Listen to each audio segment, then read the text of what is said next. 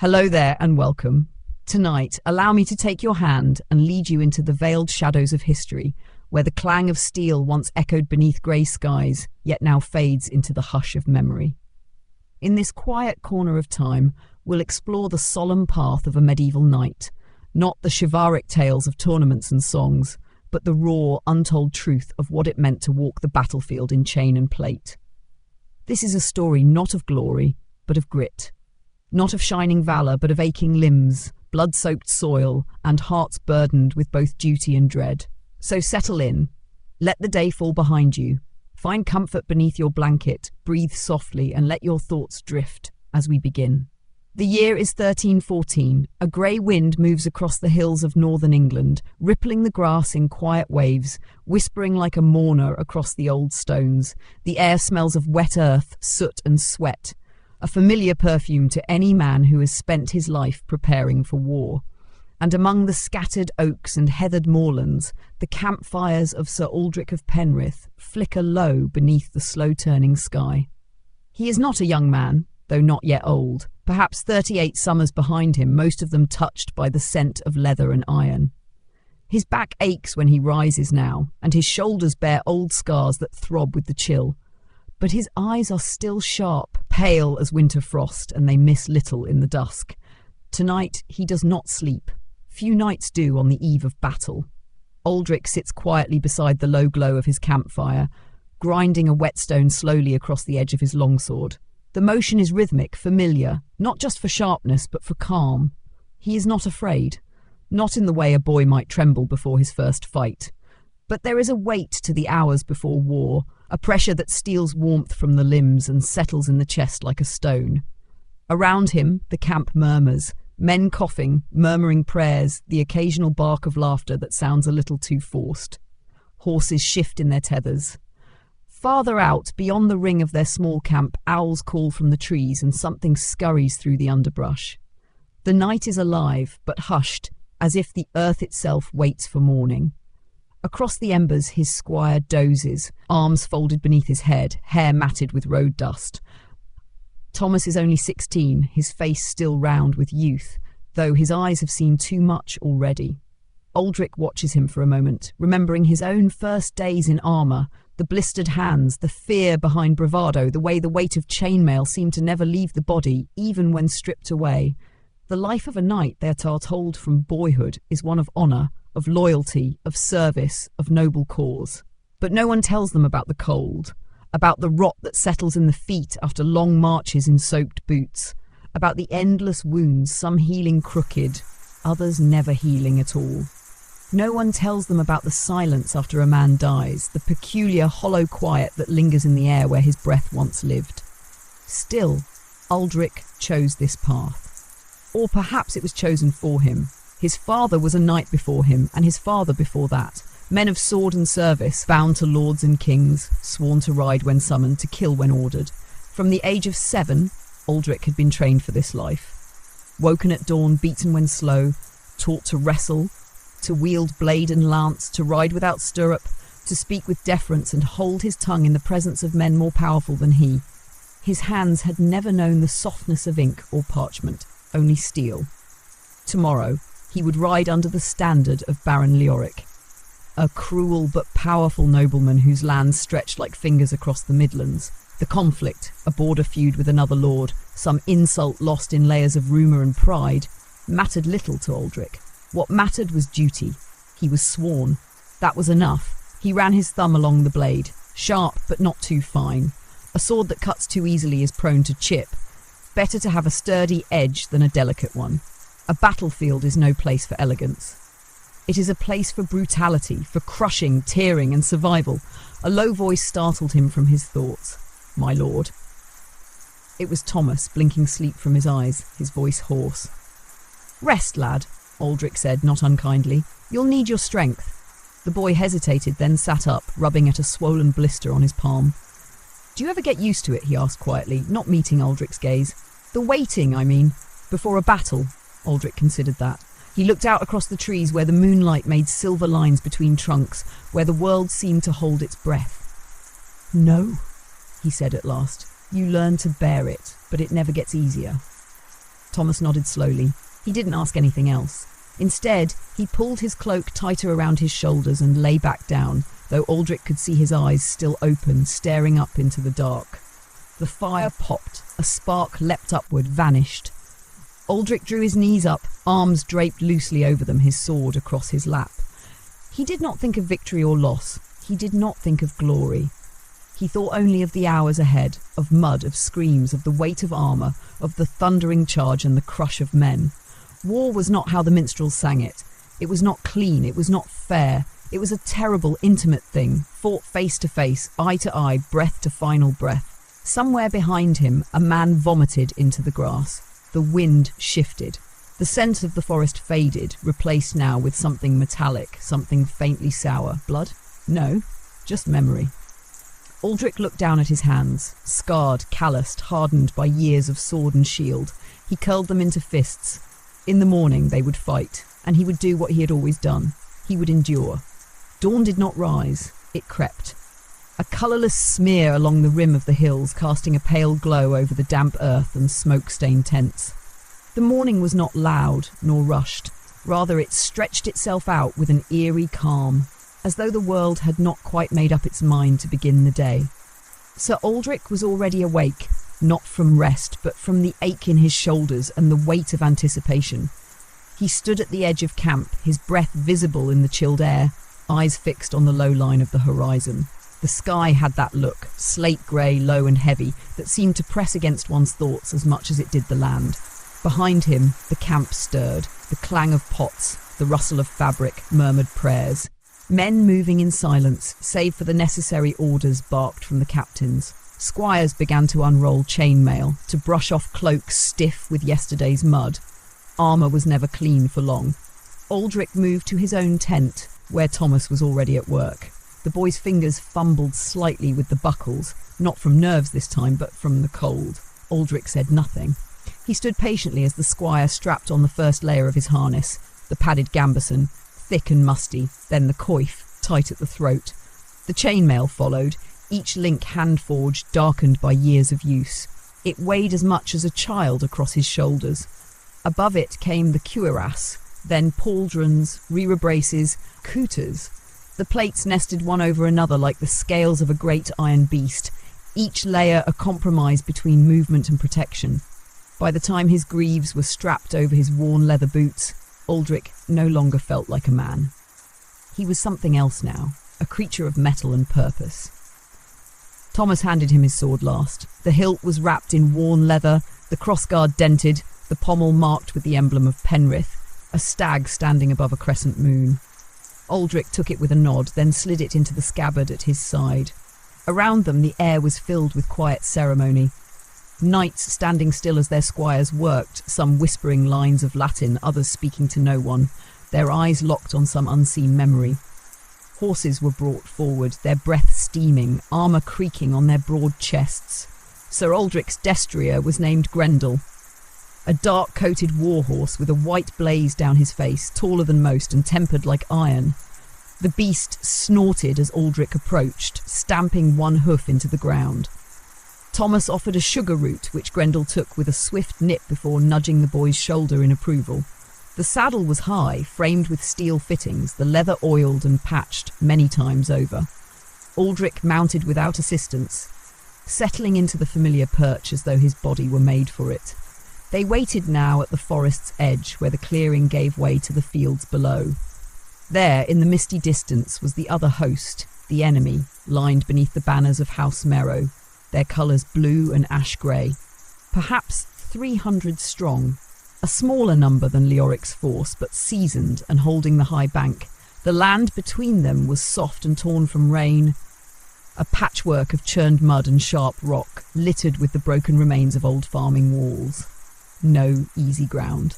Beside Aldrich, Baron Leoric sat astride a tall white mare, armour polished, face tight with pride. He spoke to his captains in sharp tones, gesturing with a gauntleted hand toward the slope and the enemy line. The words did not carry far. There was no great speech, no rallying cry.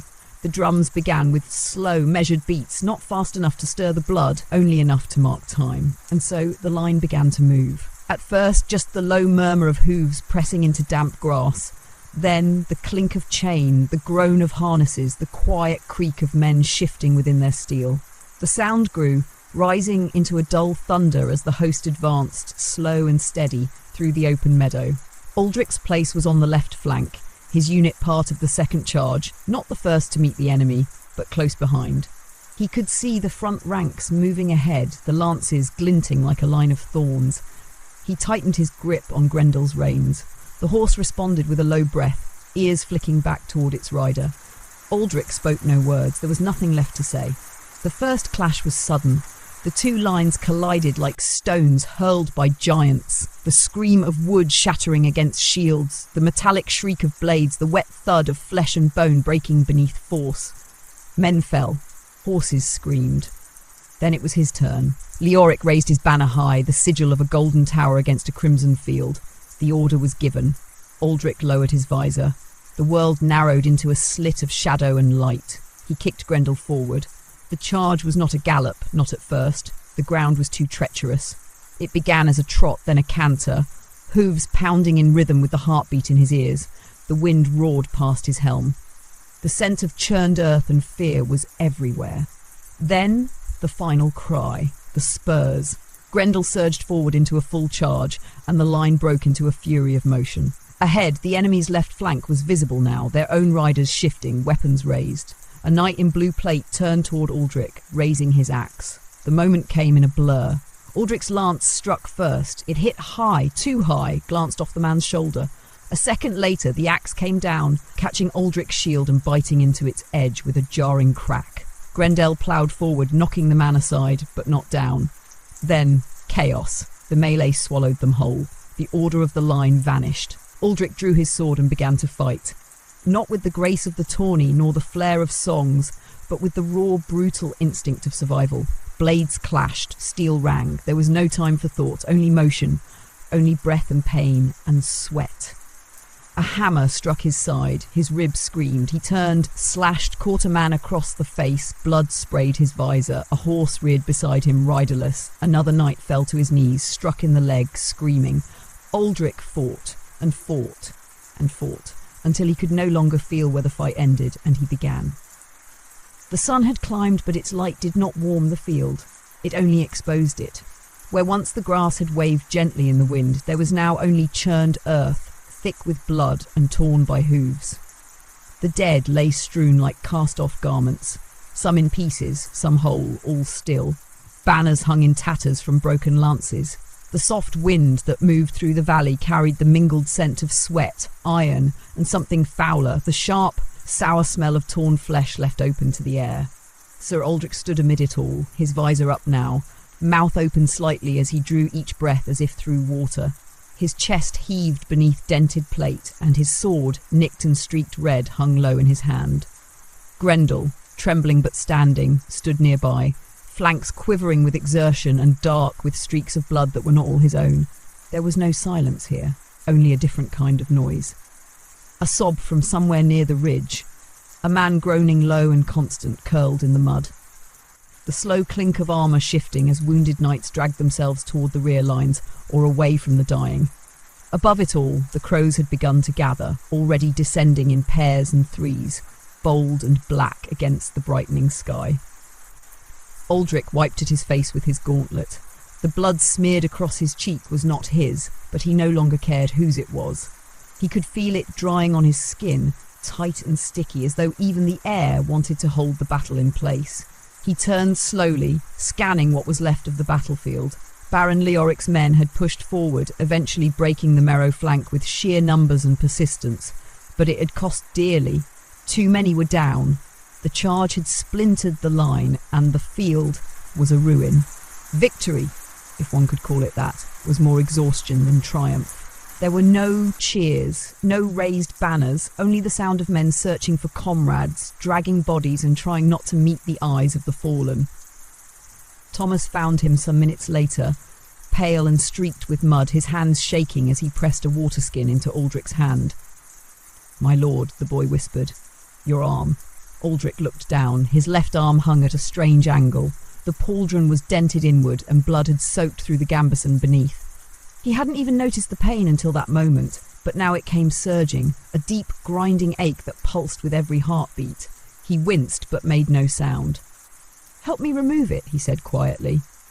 Thomas set to work, unbuckling straps with fumbling fingers, his face pale and tight with worry.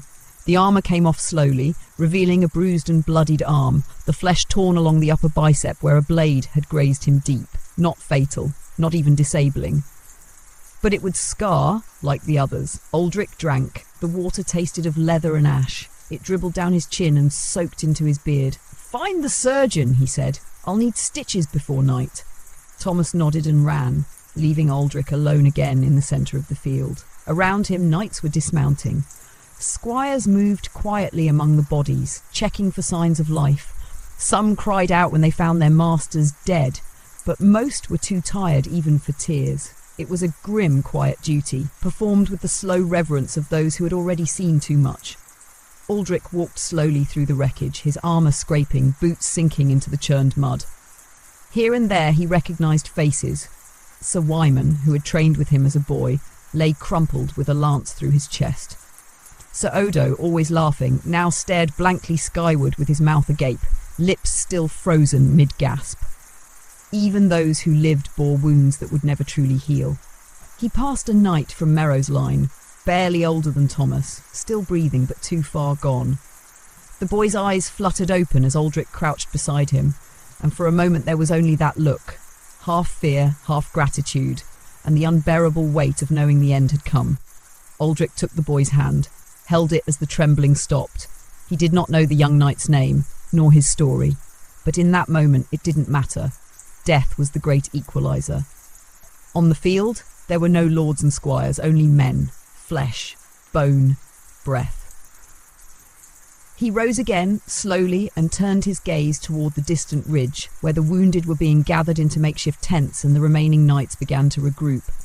There would be orders soon, messages sent to Leoric's keep, reports of victory written in language far cleaner than the day had been. The Baron would be praised. The dead remembered briefly, then forgotten. That was how it always was.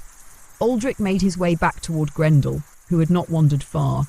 He placed a hand on the horse's neck, and the beast lowered its head against his chest with a low rumble of recognition. "Good lad," Aldrich murmured. "You've done well." He rested there for a time, eyes half closed, letting the sounds of the battlefield fade into the rustle of grass and distant calls. The pain in his arm throbbed, but beneath it there was something deeper, a kind of hollowness that came not from blood lost, but from something more vital. A piece of himself had stayed on the field today, left behind in the mud and blood and shattered steel. He didn't know yet how large a piece. When Thomas returned with the surgeon, a narrow-eyed man with hands already stained dark with the work of the day, Aldrich followed without question. He sat as the wound was cleaned, the edges stitched together with rough thread and sharp breath. He did not cry out. He had not done so in years. As the sky darkened again toward even, the fires were lit, not in celebration but necessity. The night would be cold. The air already carried the scent of death too thickly for any man to sleep well.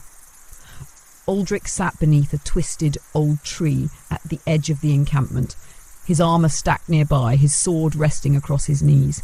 He looked out across the battlefield, now quiet but never truly still, and wondered how many more fields would look just like this before his bones too were part of the soil. He did not fear death, but he had begun quietly to dread survival. The wind that rose that night was a gentle one, not fierce, nor cruel, but constant. It moved through the trees at the edge of the field like a sigh, rustling leaves with a voice that sounded almost like whispering. It carried the scent of pine and ash, of damp earth and the fading echo of blood. Sir Aldrich did not sleep. He sat by the dim glow of the campfire, his back against a fallen log, the light from the flames casting long shadows across his weathered face. His sword lay beside him, unsheathed, though not from fear.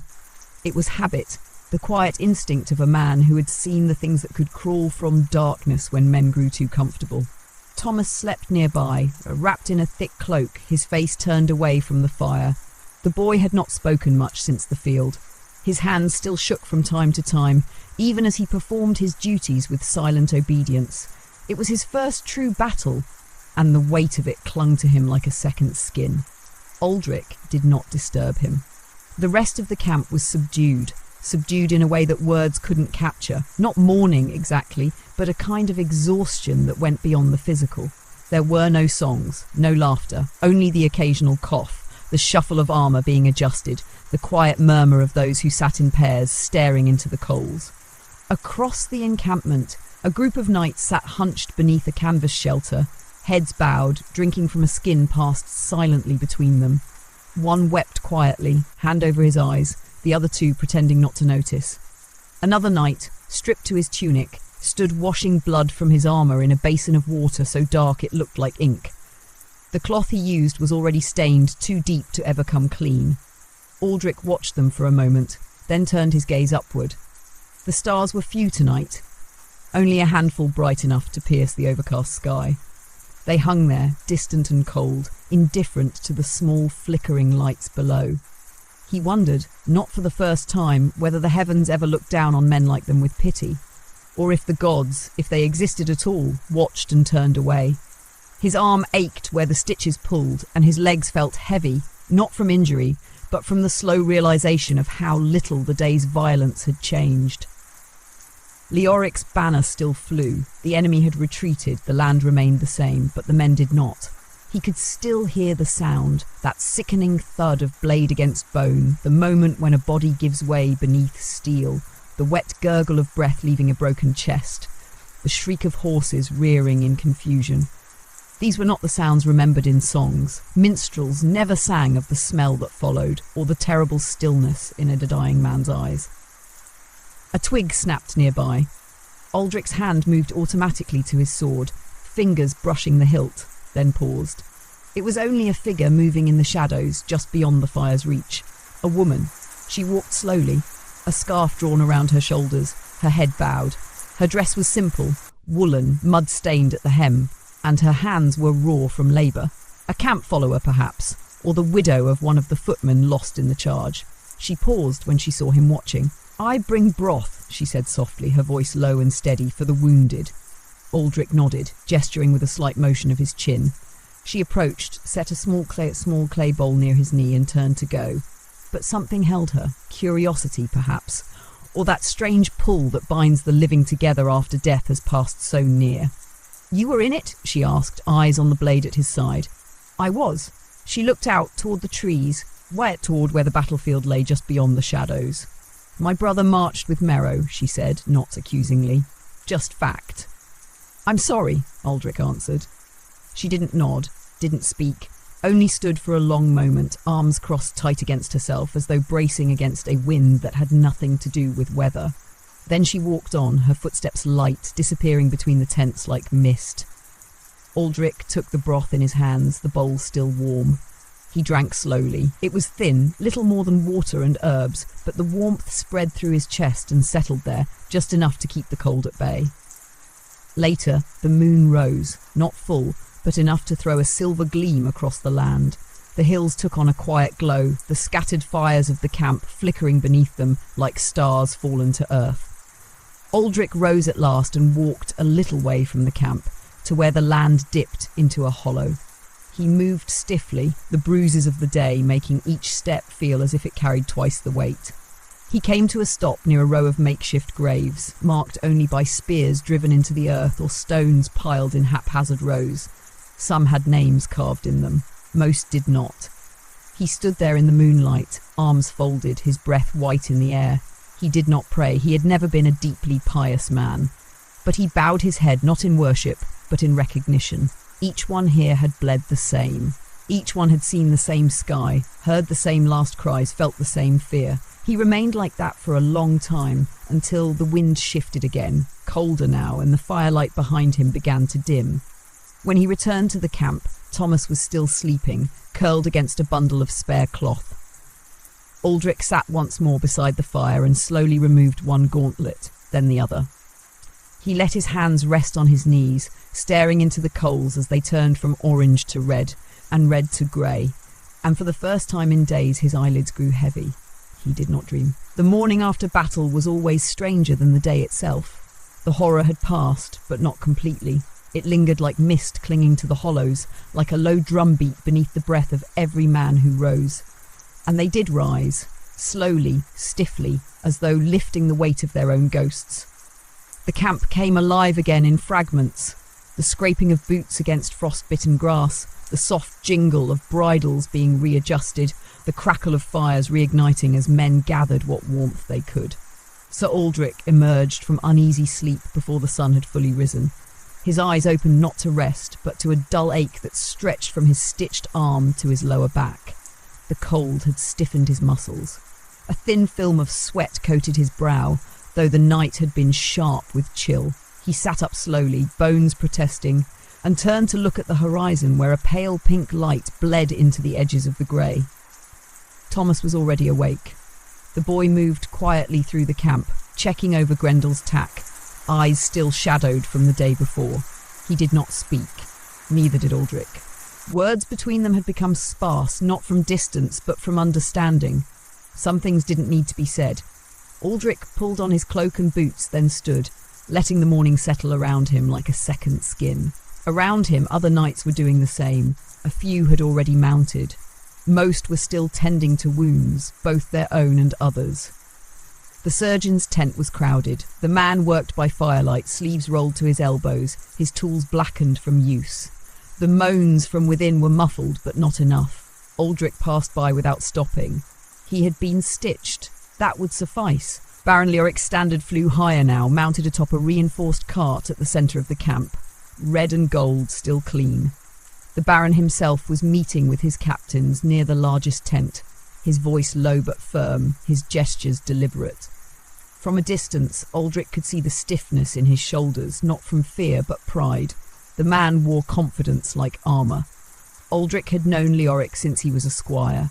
The Baron had once been a bold and fiery knight, known for his relentless charges and disdain for diplomacy.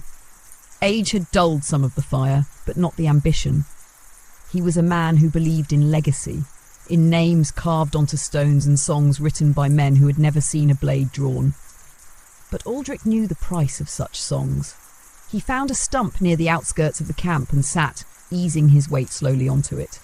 The morning passed in fragments, sharpening his sword, checking the straps on his greaves, adjusting the worn leather of his gloves. Mundane acts, but necessary. They filled the quiet, gave his hands something to do. Nearby, two knights argued over a broken stirrup. Another was trying to calm his horse, which still flinched at every sudden sound. A squire tripped over a coil of rope, earning a sharp rebuke from his master. It was life again after death, awkward, faltering but persistent. A messenger approached, breath misting in the air, holding a folded scrap of parchment. "Sir Aldrich of Penrith?" Aldrich nodded. "Orders from the Baron," the boy said, handing the note over with a bow before hurrying off to deliver more. Aldrich unfolded the parchment. The ink was fresh, though the writing was stiff and formal. "Sir Aldrich, you are to accompany the southern patrol, sweep the edges of the valley, confirm all enemy presence has been removed, report back before dusk, take 4 with you." Leoric Aldrich folded again and tucked it into his cloak. He found the others soon enough. Sir Harlan, a lean man with a hawk-like face, nodded when asked. He brought with him his own squire and a young knight named Corwin, barely into his 20s, with an eager but uncertain gait. Sir Daniel, older and broader, grim-faced and silent, rounded out the group. They gathered their gear, mounted up and set out without ceremony, leaving the camp by a narrow path that wound between frost-bitten trees and the muddy remnants of yesterday's charge. The forest beyond the battlefield was strangely quiet. The birds had not returned yet. The underbrush was still disturbed where men had trampled it. Broken branches, torn roots, patches of red-streaked moss.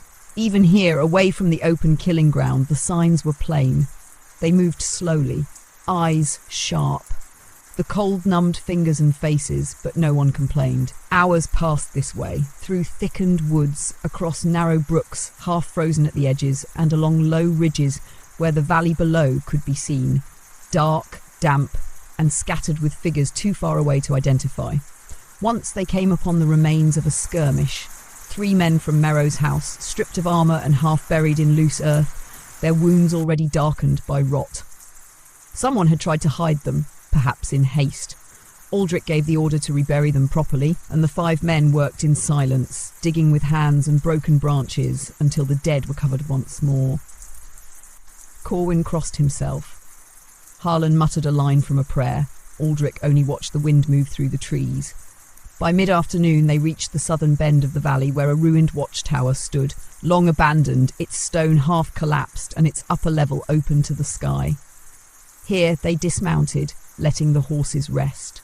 Daniel moved up the broken stair, scanning the distance. No movement, he called down, nothing but smoke in the west. Aldrich joined him, his boots heavy on the cold stone. Together they looked out across the landscape, bleak and bare with no sign of pursuit. The enemy had fallen back. Still, something in the air felt uneasy. Aldrich did not speak of it. He only nodded, and they made their way down once more. They began the return before the sun touched the western ridge, the sky already turning from pale blue to soft amber. The horses moved slower now, tired. As they neared the edge of the camp once more, a silence had grown between the 5 riders, not one of discomfort, but of shared understanding. There was little joy in returning, only the knowledge that they had, for now, survived. The returning riders were met by dusk. Not the golden kind that warmed rooftops and painted banners in radiant hue, but a heavier, colder dusk, thick with the smell of wet earth and wood smoke. Shadows clung to the trees like tattered cloaks, and the distant fires of Leoric's camp burned low and red against the settling dark. Sir Aldrich dismounted slowly, wincing as his boots met the ground.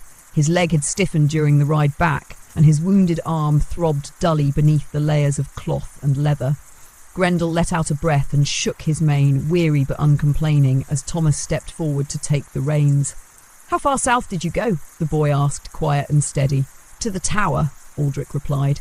"And beyond. The valley's clear." Thomas gave a small nod, not quite relief, but something like it. The camp had changed in their absence. The wounded had been moved into deeper shelters, and a great fire now blazed at the centre, surrounded by logs and crude benches. Knights gathered there in silence, eating with metal bowls in their laps, their faces hollow with fatigue. Most had shed their outer armour, though many still wore their gambesons as if clinging to their usefulness, or simply because they had forgotten how to be without them. Aldrich passed among them, nodding to a few he recognised, ignoring the looks of those who still carried the wide, their stunned eyes of the newly blooded. Some would recover. Others would break in the weeks to come, their minds as torn as their shields. It was always this way. Near the fire, Sir Harlan sat alone, sharpening his dagger on a whetstone with slow, meticulous strokes. Corwin spoke with a few younger men, his voice low, his posture straight. He had held himself well on patrol, but his armour was still too new, his eyes still too clean. Daniel had disappeared into the surgeon's tent without a word. Aldrich made for his own small lean-to at the edge of the camp. Thomas had already laid out his cloak and a bowl of stew, the broth thin but warm. The knight sat, removed his gauntlets, and began to eat in slow, measured bites. It was during this silence that Baron Leoric arrived. The Baron's approach was quiet. No fanfare, no retinue of advisors or guards. Just a tall, broad figure in dark crimson wool, his beard neatly combed, his face lined but alert. He walked with a purpose, yet not with haste. He stood before Aldrich and waited until the knight looked up. "My lord," Aldrich said, rising stiffly. Leoric gestured for him to remain seated. "You've done well," the Baron said, his voice low. "I've read your report. The patrol found no signs of stragglers?" "None, my lord. The enemy line has collapsed. They'll not trouble this valley again soon." Leoric nodded, his hands clasped behind his back. His gaze drifted past Aldrich toward the tents and the dying firelight. "There is talk," he said after a moment, "of a march northward. Reinforcements from House Grell have arrived. If we strike before the snows, we might press the advantage." Aldrich did not respond at once. He stirred the remnants of the stew with his spoon. "My men are tired," he said at last. "As are theirs," Leoric replied, "but tiredness fades. Territory gain does not." There was no anger in his tone, no threat, merely the voice of a man who saw the world as a chessboard and every piece, even the bleeding ones, part of a broader game. Aldrich met his gaze. "And what of the wounded?" "They'll remain," Leoric answered. "Those fit to march will ride. Those who fall behind." He did not finish the sentence. He did not need to. Aldrich gave a slow nod, masking the churn within. Leoric turned to leave, but paused. "You'll lead the vanguard, of course." He added. "No one holds the line like Penrith." The compliment landed like a blade, precise, unwelcome, yet impossible to ignore. When the Baron had gone, the night returned to stillness. The fire hissed softly. A pair of owls called across the trees. Somewhere in the dark, someone began to sing. A low, haunting melody with no clear words, only syllables and echoes. It rose and fell like the wind through old rafters, like the sea pressing against stone. Thomas approached quietly, sitting beside the log with his knees drawn up to his chest. "Will there be another battle?" he asked. "Yes." "When?" "Soon." The boy said nothing, only nodded once and leaned his head against his arms.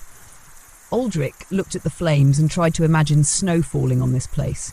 The dead covered in white, the banners stiff in the cold wind, the sounds of steel muted beneath layers of frost.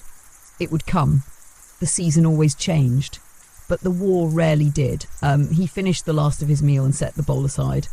His fingers, though calloused, trembled slightly as he unbuckled his belt. Not from fear, not from cold, from memory.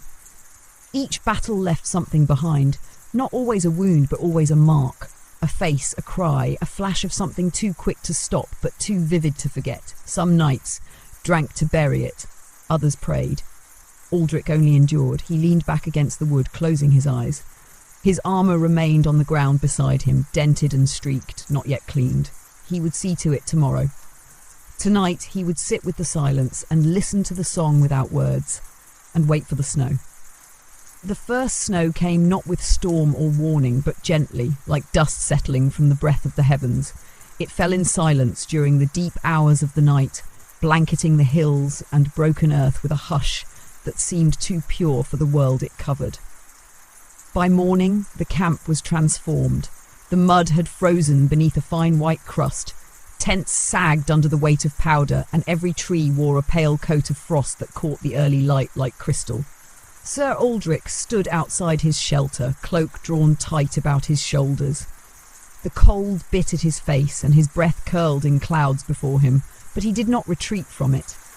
He watched the snow drift in slow spirals from the high branches, watched the faint prints of birds vanish beneath new flakes. There was a stillness in it that tugged at something deep in his chest, a memory perhaps of a winter before war, though he could no longer place when or where. Thomas joined him with quiet steps, his own cloak heavy with damp, the top of his head dusted in white. "It's quiet," the boy said. "For now," Aldrich replied. Together they walked the edge of the camp. The fires had been rekindled, but the wood burned poorly, damp from the snow. Men stood close together, shoulders hunched, sharing warmth as best they could. The wounded huddled beneath wool blankets, their groans muffled by the cold. Armour steamed when placed near the flames, thus rivulets of meltwater running down polished breastplates like sweat. Near the centre of camp, Baron Leoric's men worked at a large map. Stones placed to mark rivers and roads, coloured threads stretched across the terrain to show potential movements.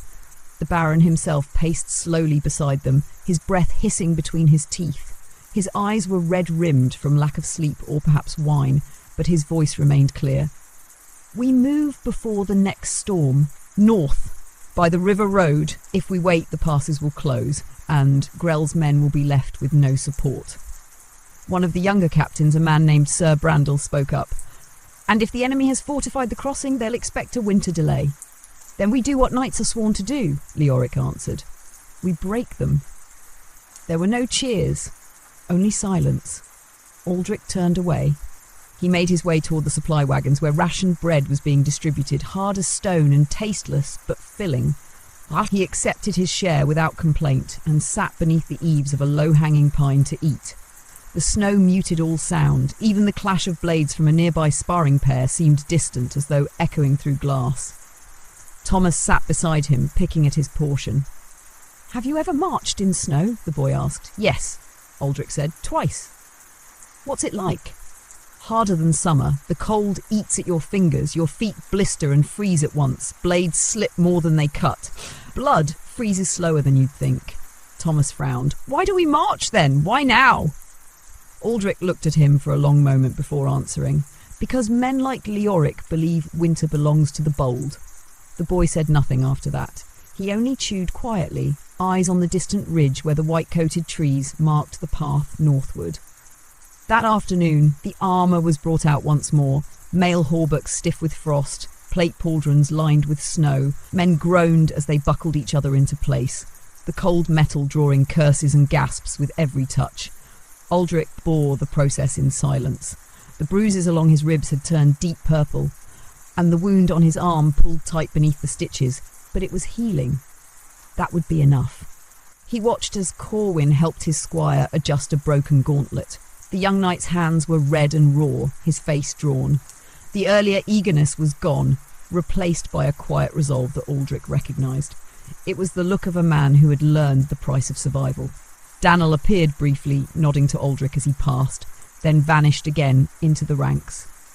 The older knight rarely spoke, but his presence was steadying, a reminder that even in snow and silence, there were those who still moved forward, step by step. As evening fell, the order came. They would ride at first light. The announcement was made without pomp, passed from knight to knight, captain to captain. No speeches, no proclamations, only a few murmured prayers and the sound of steel being inspected once more.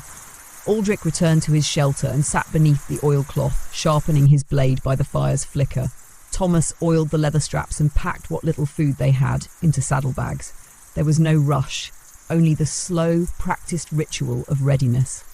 Outside, the snow continued to fall. Later, as the fire dwindled and Thomas lay sleeping, Aldrich sat awake, wrapped in his cloak, watching the embers fade. His thoughts were not of Leoric or the battle to come, or even of survival. They were of a single face, a boy with wide eyes, lips blue from the cold, lying in the snow near the tower. Aldrich had not known him, had not learned his name. He had only seen him as they passed, buried beneath branches, one hand reaching toward the sky. Perhaps the snow had come to hide such things, to cover the truth of war beneath a blanket of silence.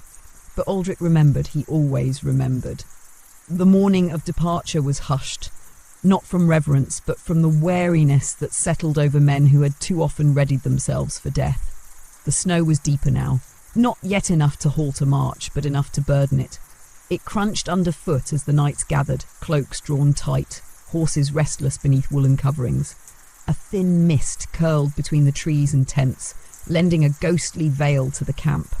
Smoke rose in pale columns from dying fires, and beneath the hush, the occasional sound of a harness buckle, a blade slipping into scabbard, or the low grunt of a man lifting his gear reminded the world that they still moved, still breathed. Sir Aldrich stood beside Grendel, fastening the final straps of his saddle. His armour was colder than the day before, and the bruises beneath it had stiffened with the night.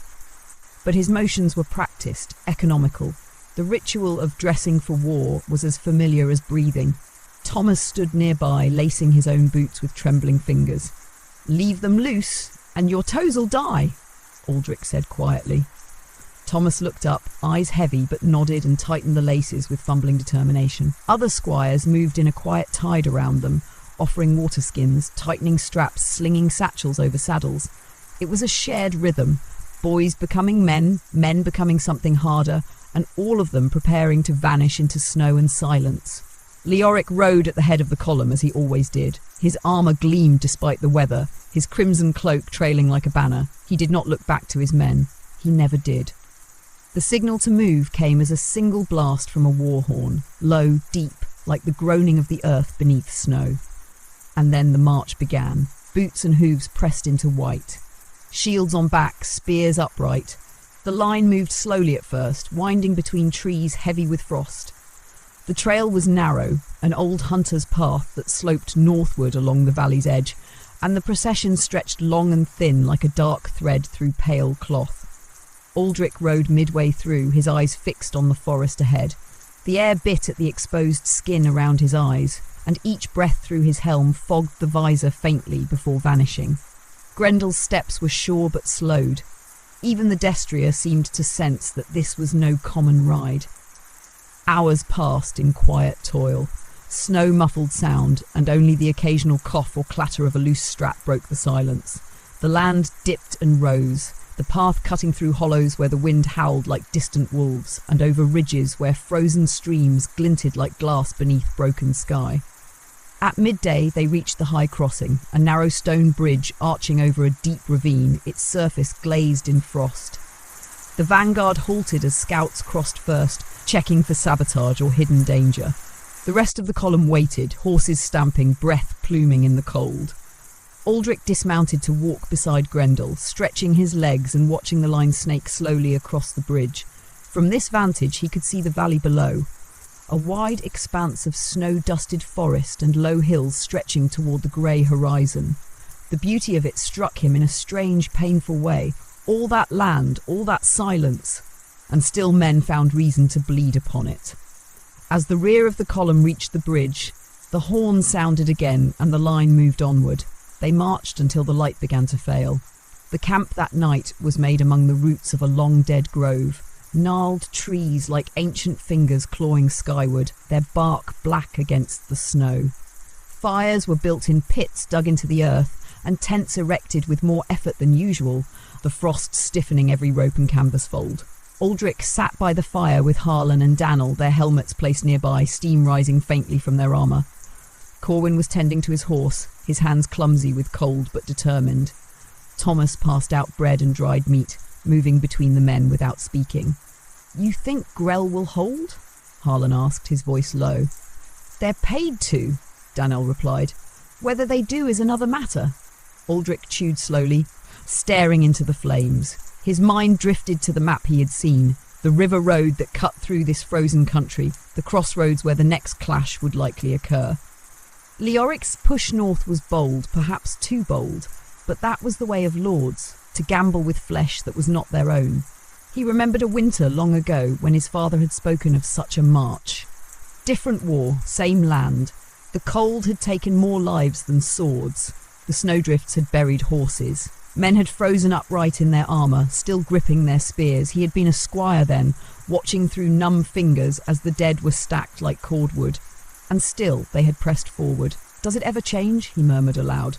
Dannel looked at him. "What?" "This," Aldrich said. "The hunger of men for land, for victory, for more." Dannel's expression didn't change. "No," he said, "because the ones who die for it aren't the ones who want it." A gust of wind scattered ash from the fire. The flames hissed and leaned sideways before righting themselves. Later, as the camp settled into silence, Aldrich walked to the edge of the trees and looked out into the snow. The moon had risen, a wan disk behind thin cloud, casting a silver glow over the hills. Somewhere in the dark, a lone owl called. The wind moved through the dead branches like breath through bone. He stood there for a long while, helmet under one arm, sword sheathed at his side. He was not thinking of battle, he was thinking of spring, of what it might look like to see this land green again, to see the rivers run clear instead of red. He tried to imagine it, a meadow here, flowers there, children gathering firewood where knights now marched. But the snow kept falling, and the road north waited.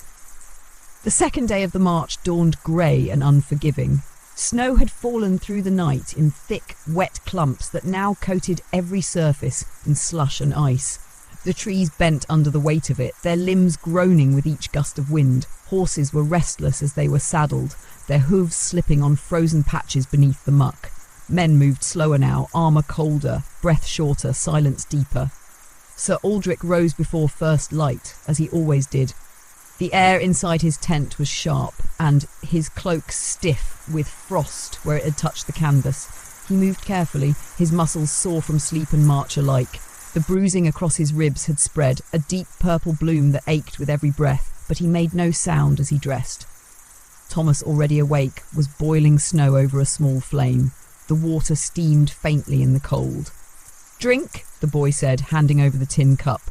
Aldrich nodded and took it without a word. The warmth stung his lips, then his throat. It wasn't much, but it helped. He watched the steam rise and vanish and thought of how fragile heat could be, how easily it was stolen by wind and silence. The camp stirred in patches. Some knights were already packed and mounted, their faces red from the cold, their eyes hollow from the weight of snow and war. Others were slower, struggling to buckle frozen straps, to force half-frozen boots onto blistered feet. The surgeons moved through the lines with poultices and bandages, faces grim. Frostbite had begun to take fingers. One man had lost 2 toes during the night. Baron Leoric appeared shortly before sunrise, his cloak snapping in the wind, his breath a cloud as he addressed the column. "We march until dusk," he said. "There will be no camp between here and the crossing. Keep close, break formation, and you'll be buried in white." His words fell over the men like the snow, weighty and silent. No one cheered, no one protested. The column moved soon after, winding between the trees once more, now slower, more cautious. The path was narrow and treacherous. In places, the snow reached the knees of the horses, forcing them to push through drifts with visible effort. Riders leaned forward in their saddles, hoods drawn low, weapons strapped tightly to their sides. Aldrich rode near the centre, his eyes scanning the woods ahead, his sword sheathed, but always within reach. The snow muffled everything, footsteps, hoofbeats, even the breath of the men beside him. It was a strange, dreamlike world, colourless and soft, where nothing moved except them. And yet, beneath that quiet, there was tension. The men could feel it, a kind of watchful stillness, as though the woods themselves were holding their breath. It was just past midday when the first signs appeared. A dead crow on the path, frozen stiff, wings outspread like a broken banner, then another and another. Aldrich noticed them before most. He raised a hand, signalling for a halt, and dismounted, moving forward slowly. The birds were untouched by beasts, no torn flesh, no missing eyes. They had fallen straight from the sky, their bodies rimmed in frost. Behind him, Harlan muttered, "What does it mean?" Aldrich didn't answer. He only studied the sky, grey, low, unbroken. A scout came forward a moment later, panting, snow clinging to his boots. "There's movement ahead," he said. "Tracks, fresh. Light infantry, maybe. Could be Merrow's men. Could be worse." Leoric's order was swift.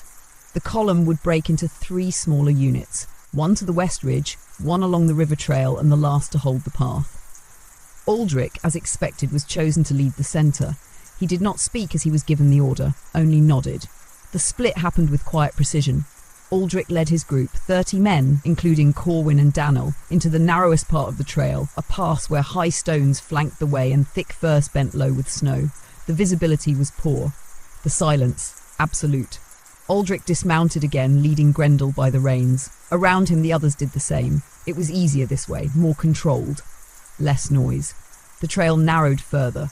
The rocks on either side grew higher, now towering like walls. Aldrich's breath came slower now, more measured. Each step forward was deliberate, and then from above, a whisper. Snow dislodged from a ledge. A single soft thump. Aldrich froze, looked up. There, just for a heartbeat. A figure. Bow raised. "Down! Down!" he shouted. Too late. The first volley came like rain. Arrows sliced through the air, whistling past armour, striking flesh and wood with sharp, cruel sounds. Men cried out. A horse screamed. Someone fell beside him with a thud, face down in the snow. "Shields!" Aldrich roared, tied by drawing his sword. More arrows came, and now figures poured down from the rocks, lean shapes clad in grey and white, blending with the stone and snow. They moved like wraiths, blades flashing. Not knights, not Merrow's soldiers. Bandits. Or worse, deserters. Aldrich met the first with steel. A curved blade swung toward his neck, and he parried it hard, driving his pommel into the attacker's face. Blood spattered the snow. Another came from the left. Aldrich turned, blade rising, and caught the man in the ribs. He fell, gasping. Around him, his men fought in a tight ring, shields raised, backs to one another. Corwin was bleeding from the arm, but still upright. Daniel moved like a wall, his axe hewing through the attackers with grim resolve. It was chaos, fast and cold. The enemy did not fight like soldiers. They struck fast, then vanished into the snow. But they had the advantage of terrain. The narrow pass, the rocks above, it was a trap, and Aldrich knew it. "We hold," he growled, stepping over a fallen man. "Form up, we push forward." But the snow was thick and the trail steep. The men slipped, shouted, fell. Blood steamed on white ground. Aldrich fought on, his blade heavy in his hand, his breath ragged. A man lunged, he blocked, turned, struck. Another arrow skimmed his shoulder, slicing through cloak and mail. The fight raged longer than it should have, too long. Then, finally, a horn blast in the distance, deep and low, reinforcements. The attackers began to fall back, fading into the rocks as swiftly as they had appeared. Their shapes melted into the white, and within moments the pass was quiet again, save for the groans of the wounded and the crackling of the trees in the wind. Aldrich stood still, sword lowered, snow drifting around his feet. 10 men were dead.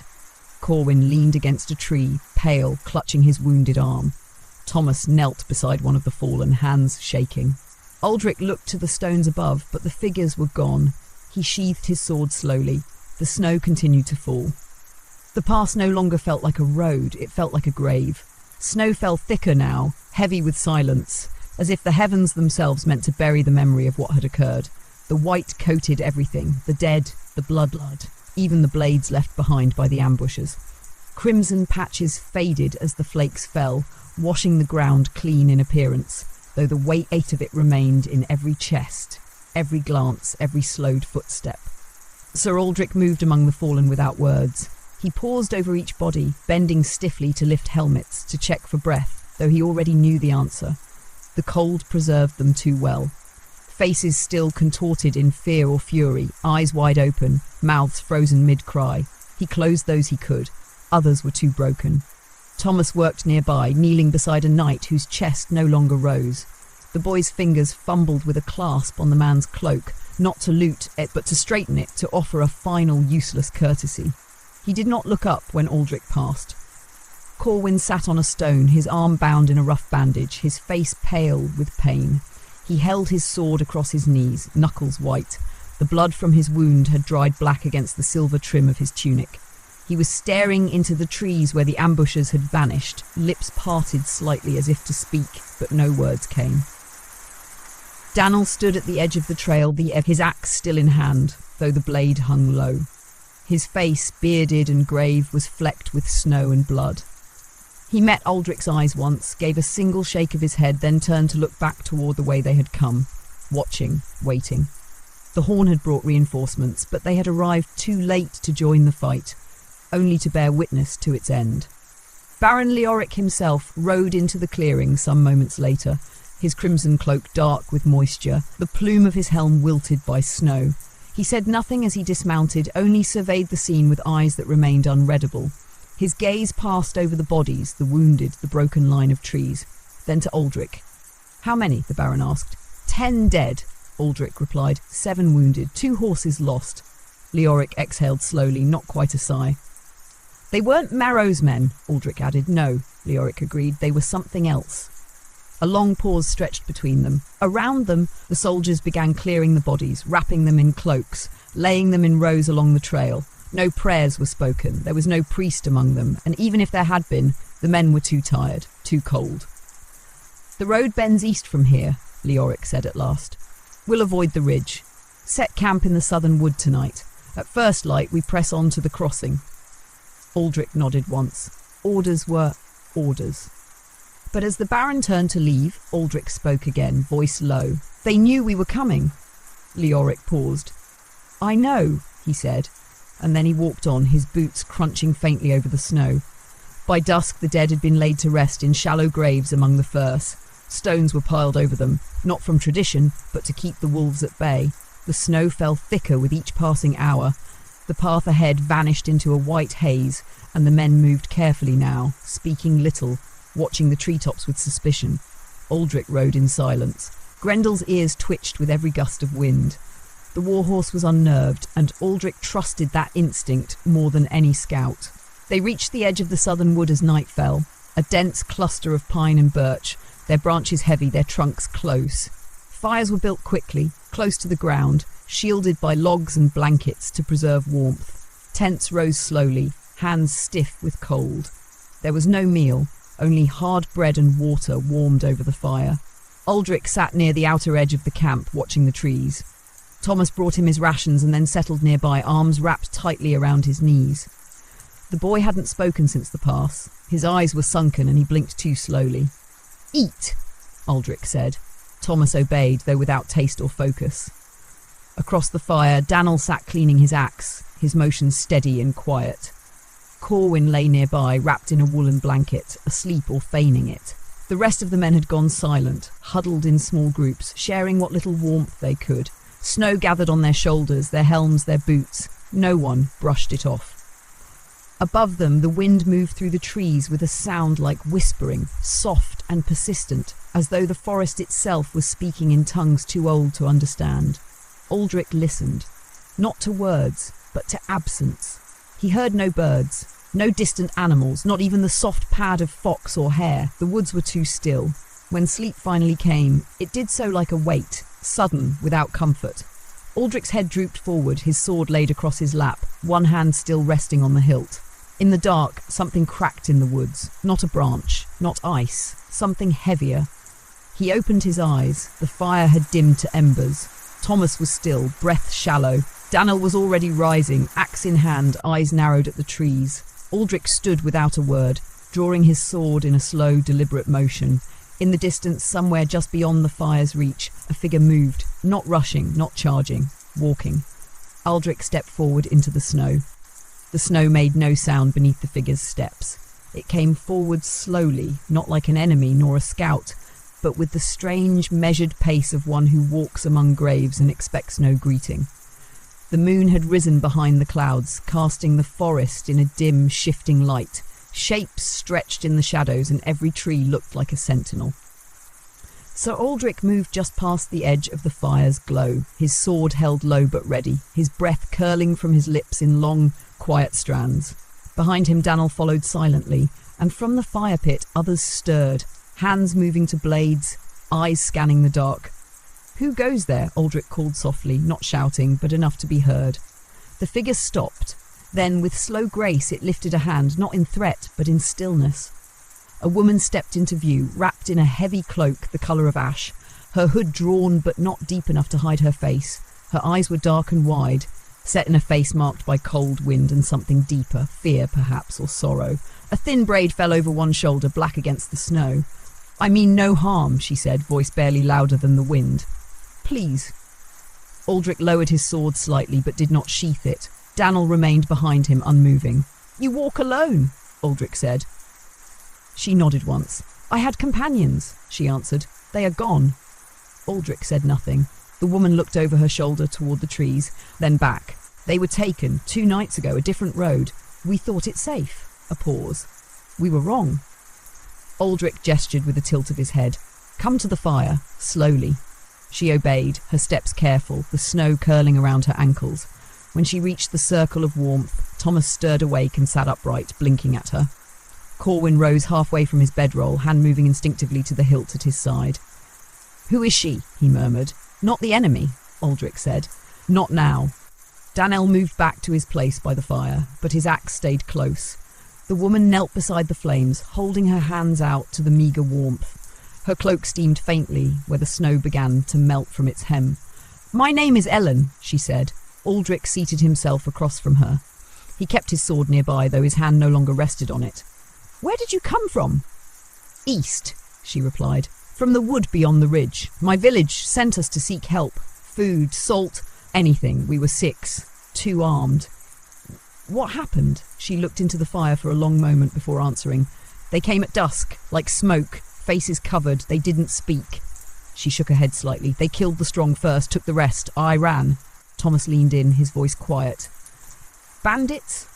Ellen met his eyes. "No," she said. "Worse. Deserters." A silence fell across the circle. Daniel grunted. "Plenty of those this winter. Broken men, lost their banners, lost their minds." Aldrich nodded. He had seen them before. Soldiers who'd fled when their lords died, or when the cause grew cold. Men who no longer fought for king or coin, but simply to stay alive. They roamed the hills in small bands, scavenging like wolves. "They've made a camp," Ellen said. "Somewhere near the old river bridge. I saw the smoke. They have prisoners." Aldrich studied her closely. "And you came here for what?" She hesitated. "I don't know," she admitted. "I followed your fire. The fungi. You were the first living souls I've seen since that night." Corwin shifted beside her, his face pale in the firelight. "We can't turn back," he said. "The crossing's ahead. We march at dawn." Ellen looked up at Aldrich again. "I know I ask too much, but there are people taken. If you ride past, they'll die." The fire crackled. Snow hissed where it touched the embers. Aldrich was quiet for a long time. His mind turned slowly, like a whetstone against an old blade. He saw the faces of the dead from the past, the eyes of those he'd buried, the helplessness that came too late. And then he looked to Thomas, who had not taken his eyes from Elin. "We ride at first light," Aldrich said, "but we leave early, an hour ahead of the column." Corwin's brow furrowed. "You mean to?" Aldrich cut him off with a look. "You'll remain with the main force," he said. "Report to Leoric. If we do not return by sundown." He left the sentence unfinished. Danelle only nodded. Thomas stood, already moving to gather supplies. Ellen sat still, eyes wide, as if unable to believe what she'd heard. "You don't owe them," she said softly. "No," Aldrich replied, "but I owe myself." The fire burned low as they prepared. The snow kept falling. They departed before the first pale blush of dawn had touched the treetops. The forest was still asleep, not in peace, but in that quiet unease that comes before movement. The snow had ceased during the deepest hour of night, leaving the landscape wrapped in a thin, icy hush. Not a branch stirred. Not a bird sang. It was the sort of silence that pressed in close, as if the world held its breath. Sir Aldrich rode at the head, Grendel's hooves crunching softly over the frozen trail. Thomas followed close behind, bundled tightly, his eyes alert despite the hour. Ellen walked beside them on foot, wrapped in her ash-coloured cloak, leading them along a path only half visible beneath the snow. She moved without hesitation, her boots marking steady prints into the untouched white. They were 5 in total. Danelle had insisted on joining, not with words, but by simply preparing his mount. Axe strapped to his back, armour scuffed but ready. Another night, a younger man named Sir Ewan had volunteered as well, sharp-eyed and quiet, with a bow slung over his shoulder and the practised gait of a seasoned scout. No one spoke as they rode. The mission was simple, but heavy. Ellen had told them what she'd seen, a camp of armed men not far from the broken stone bridge that once marked the edge of the old trade road. The bridge itself had long since collapsed into the riverbed below, but the remnants remained, shattered stone arches, twisted beams, and a clearing on the far side used now and then by travellers, or those hiding from them.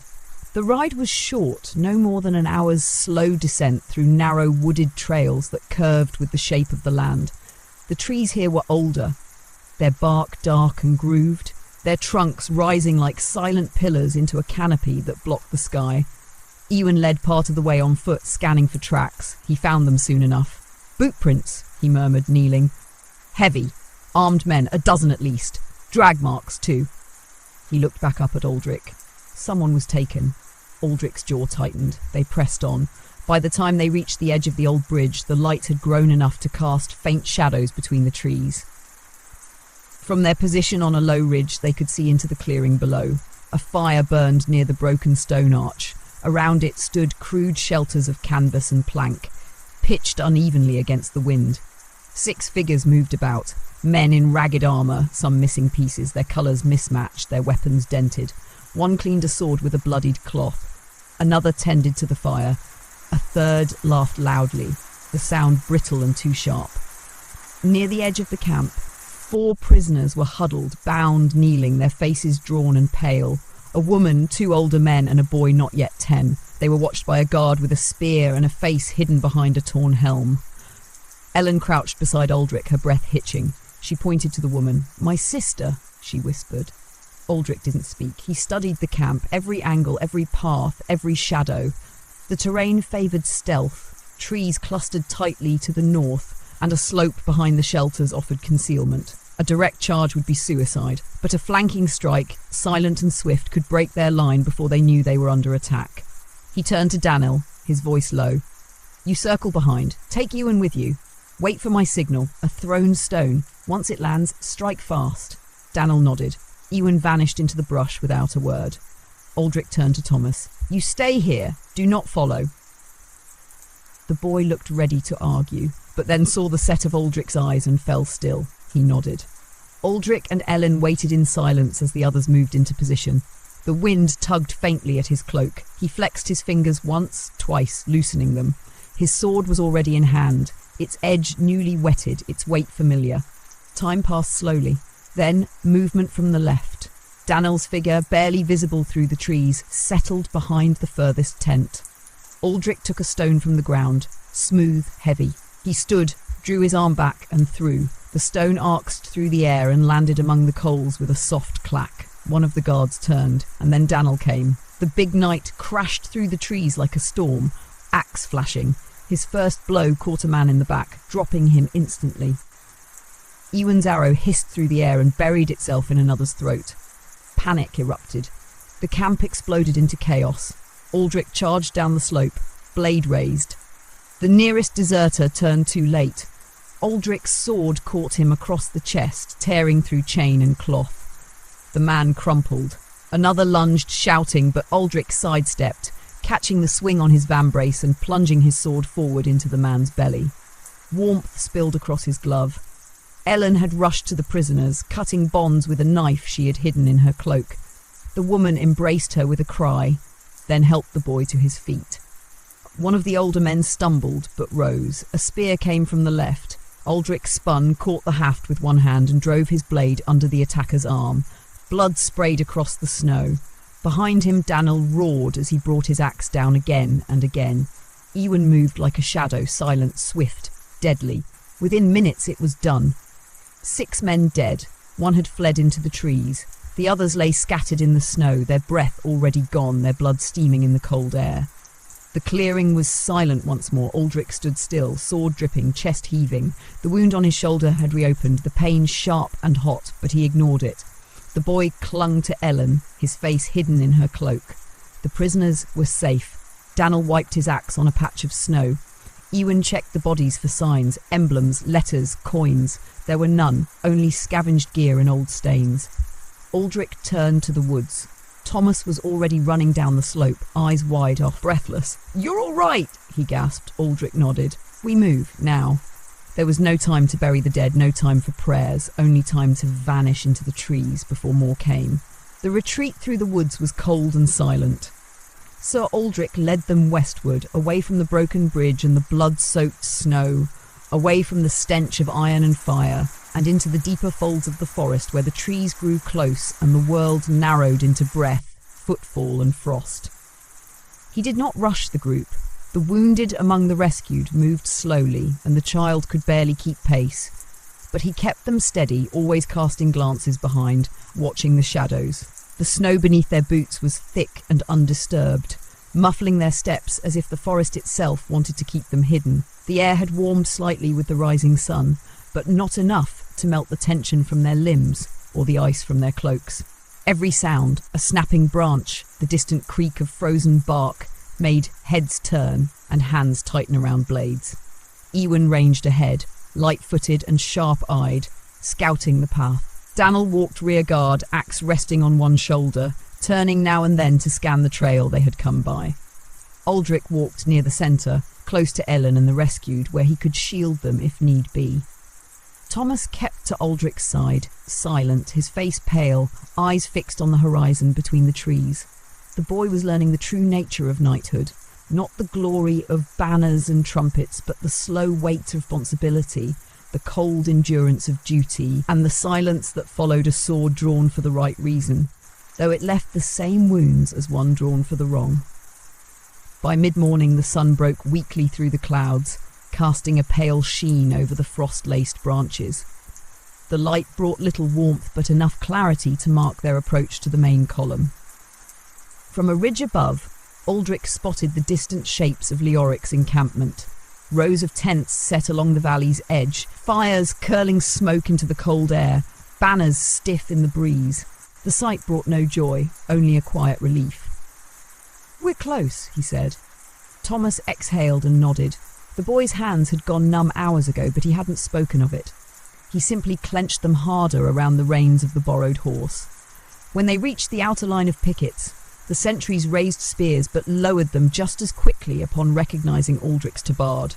A murmur passed through the ranks, that Penrith had returned, that prisoners had been freed, that there had been blood again before the battle even began. Aldrich dismounted slowly, his joints stiff from the cold. He helped Ellen's sister down from her horse, supporting her as she staggered. The rescued were led to the surgeon's tent where warmth and cloth awaited them. Ellen remained behind for a moment, standing in the centre of the camp as if unsure whether to follow them or stay. "You kept your word," she said to Aldrich. "I try to," he replied. She gave a small tired smile, then turned and walked away.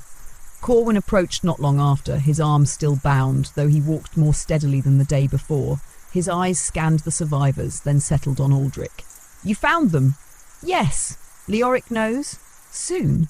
And he did, for within the hour, the Baron summoned Aldrich to the heart of the camp. Leoric's tent was larger than most, pitched on a rise overlooking the assembly.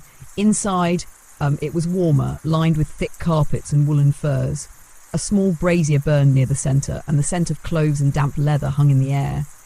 Maps were spread across the table, and 2 of Leoric's captains stood at attention as Aldrich entered. The Baron looked up, his face unreadable. "You disobeyed orders," he said simply. "I acted before the order was given," Aldrich replied. Leoric's eyes narrowed. "You diverted men, endangered a portion of my line, risked alerting the enemy to our position, all for a handful of peasants." Aldrich didn't blink. "They were prisoners, helpless, taken by deserters. We eliminated the threat." Leoric leaned back in his chair. "You were lucky." "No, my lord," Aldrich said. "We were prepared." A long silence stretched. Then, to Aldrich's surprise, Leoric's mouth curved faintly, not into a smile, never quite that, but into something like reluctant acknowledgement. "You've always been too good at making a point," he said. "Too quiet, too careful, too unshakable." "I serve," Aldrich said. "Yes, and you still serve." Leoric looked to the maps again, gesturing to a line of marks along the river's edge. "We move tomorrow. The crossing must be held by dusk. Merrow's forces are regrouping farther east than we expected. They'll not wait for the thaw." Aldrich nodded. "We'll be ready." As he turned to leave, Leoric added, "And Aldrich, next time you intend to disobey me, at least have the courtesy to win." Aldrich gave no reply. He stepped out into the cold once more, the wind brushing across his face, the scent of pine and smoke thick in the air. The camp had changed while he was gone. The men had heard, of course they had, whispers of the raid, of the rescued, of Penrith riding into snow and returning with blood on his sword and survivors behind him. In war, rumour moved faster than steel. Some saluted him as he passed, others simply nodded. He returned to his own fire, where Thomas was sharpening his blade with small, careful strokes. The boy looked up, face flushed from the cold, and handed him a strip of dried meat. "You'll need strength tomorrow," he said. Aldrich took it, chewed in silence. The sun was low now, casting long shadows between the tents. Snow still dusted the camp, though the sky had cleared to a hard, icy blue. They would march again, to the crossing, to another fight. But for now there was fire, and quiet, and the sound of steel being readied beneath a winter sky. The morning of the crossing began with a cold wind and a red sky. It stretched above the eastern horizon like a wound, raw and pale against the grey, as if the heavens themselves had sensed what was to come. The camp was already stirring by the time the first rays crept over the trees, knights and footmen moving with the solemn pace of men who understood the shape of the day ahead. Sir Aldrich awoke with the taste of iron on his tongue and the stiffness of battle already in his limbs. He rose slowly, wrapped his cloak tightly, and stepped outside into the frost. Around him, tents rustled, armour clinked, and the breath of horses steamed in clouds. The earth beneath their boots was hard with ice, but the snow had lightened, swept away in the night by wind from the hills. Thomas was already awake, kneeling beside the fire, warming a cloth between his hands. He looked up as Aldrich approached. "You should eat," he said, holding up a tin bowl of oats, grey and steaming. Aldrich took it wordlessly, crouching beside the fire. The heat licked at his fingers, and the food sat heavy in his gut, but it was fuel, nothing more. No one ate with joy on days like these. The camp was a machine now, oiled by ritual, fed by duty. Squads were forming into columns, horses fitted with armour and banners unfurled, their colours snapping in the wind. Leoric's sigil, the Crimson Tower, flew at the centre. Nearby, the Baron spoke with his commanders in clipped tones, a gauntlet tucked beneath one arm, his breath forming short bursts of mist with every word. Aldrich did not approach. He already knew what was expected. The crossing was a narrow stone bridge spanning a frozen riverbed, flanked by cliffs on both sides, and shadowed by a forest that wrapped tightly along the northern ridge. Whoever held the bridge would control the valley and the supply route through the pass. If Merrow's forces reached it first, Leoric's campaign would stall. If they were pushed back here, they would not recover before spring. It would not be a large battle, but it would be decisive. Aldrich returned to his shelter, where his armour lay stacked in quiet expectation. Thomas helped him dress, hands practised now, silent except for the occasional tightening of a strap or a whispered instruction. First the gambeson, then mail, then plate, each layer a burden that narrowed the man beneath it.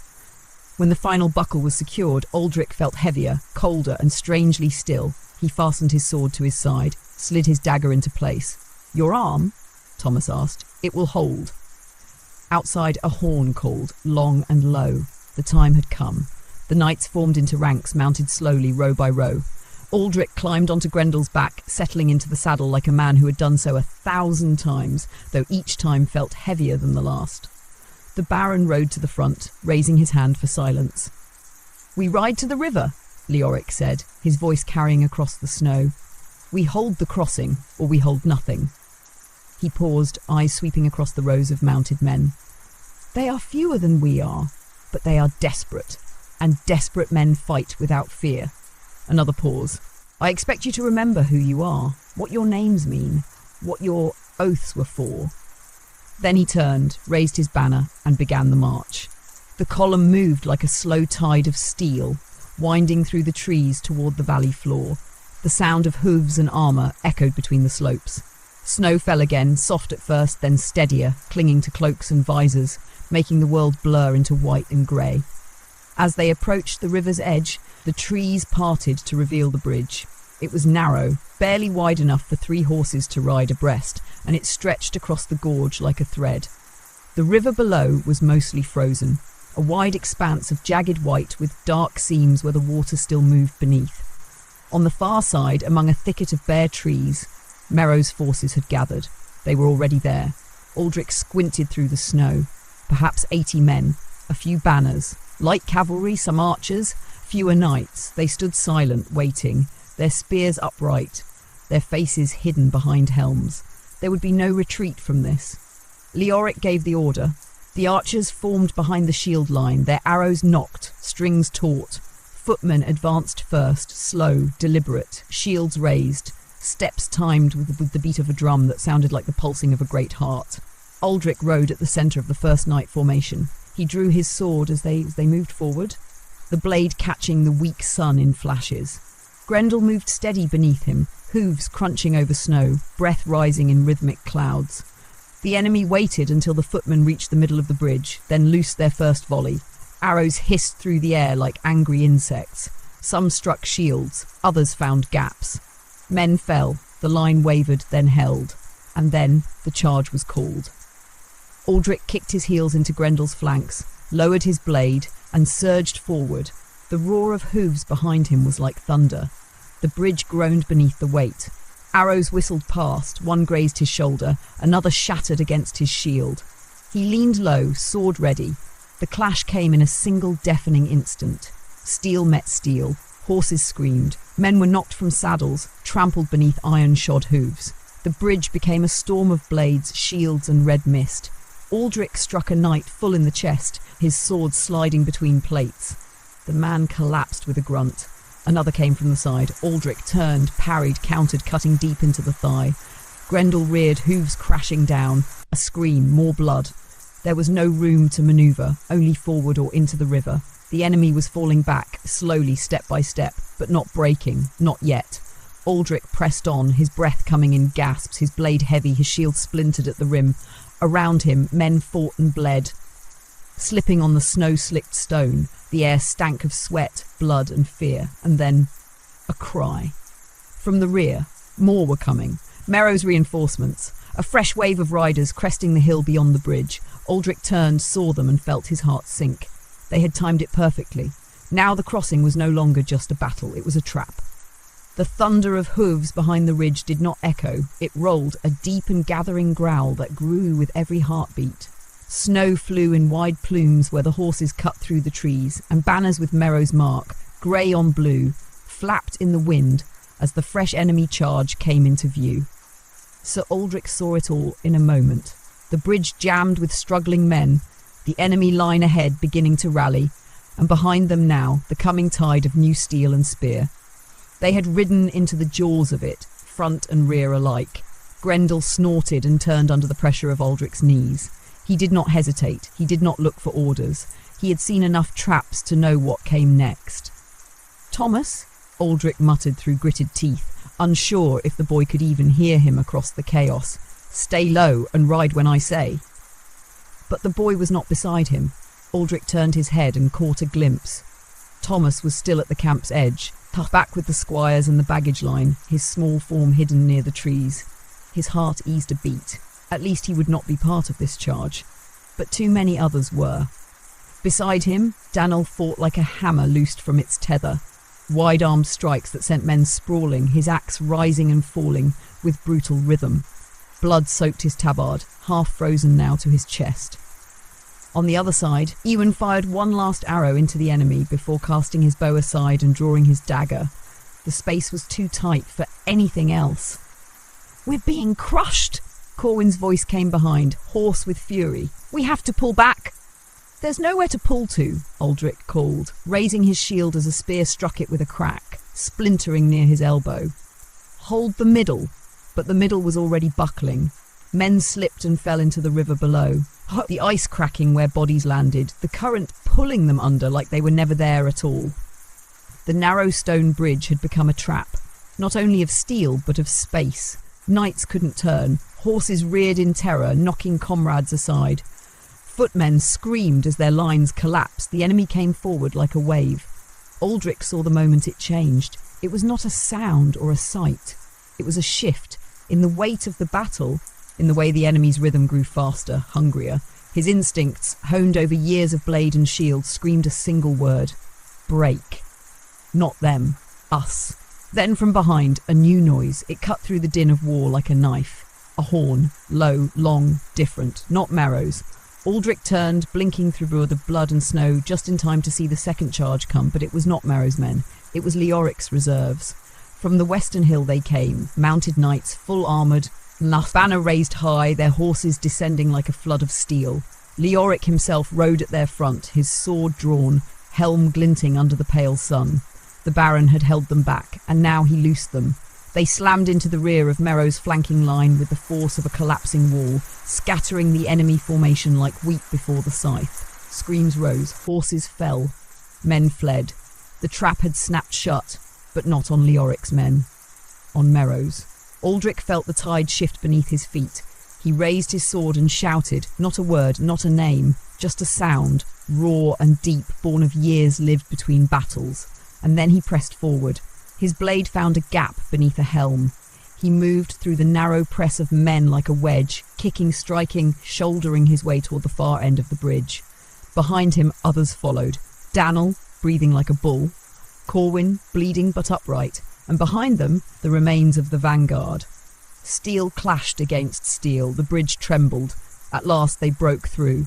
Aldrich found open ground on the far side, frozen soil beneath thinning snow, ringed with broken trees and the fallen. The enemy's centre was unravelling. Merrow's fresh line, now flanked from behind and hammered from the front, collapsed in confusion. Some tried to flee, slipping down the icy slope beyond the trees. Others dropped their weapons, raising hands that were cut down regardless. The blood was too hot now, the blades too wild. Aldrich turned, chest heaving, sword red to the hilt. Around him the field was a ruin, bodies strewn across stone and snow, banners fallen, smoke rising in bitter plumes from shattered tents. And in the middle of it all, silence. A silence that followed not peace, but exhaustion. Ewan sank to one knee, clutching his side. Daniel dropped his axe with a grunt and sat heavily on a fallen shield. Corwin fell to his hands, coughing into the snow. Thomas came running, breathless, face pale. "You're alive," the boy whispered. Aldrich looked at him, unable to speak for a moment. Then he nodded, yes. The Baron arrived moments later, his cloak torn, helm tucked under one arm, his face streaked with blood, though whether his or another's, none could say. He surveyed the field in silence, eyes calculating. "We have the crossing," he said quietly. No one answered. The dead did not cheer. The living had no strength left to.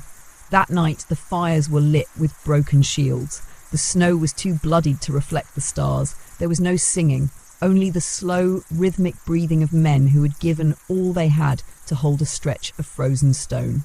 Sir Aldrich sat alone near the river's edge, sword across his knees, the sounds of the dying behind him. He looked at the water, where the ice had cracked and drifted apart. Beneath it the current still ran, quiet, relentless, like time and war, and the silence left after both.